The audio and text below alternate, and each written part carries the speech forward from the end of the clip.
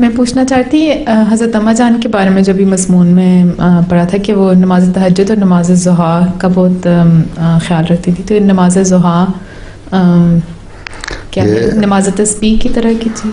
ये नमाज होती है जिसको इशाक भी कहते हैं, ज़ुहा भी कहते हैं। ये नमाज़ें जो सूरज निकलने के बाद से ऐसे नफल, सूरज निकलने के बाद के सूरज 12 बजे से पहले तक, सूरज ढलने से पहले तक पढ़े जाते हैं नफल हैं।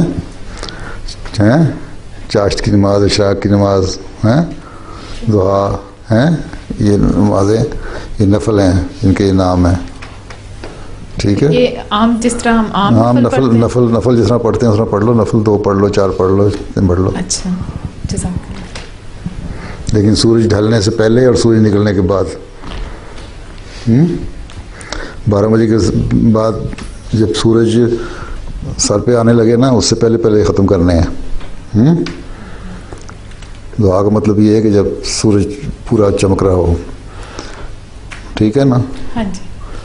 लेकिन सूरज फजर की नमाज से लेके सूरज निकलने तक कोई नफल नहीं पढ़ा जा सकता, ठीक है।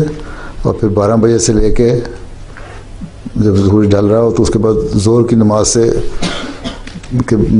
से पहले और असर से पहले तुम नफल पढ़ सकती हो। असर के बाद भी कोई नफल नहीं पढ़ा जा सकता, ठीक है। असर से लेके मगरिब तक कोई नफल नहीं पढ़ा जा सकता, फिर मगरिब की नमाज के बाद नफल पढ़ सकती हो।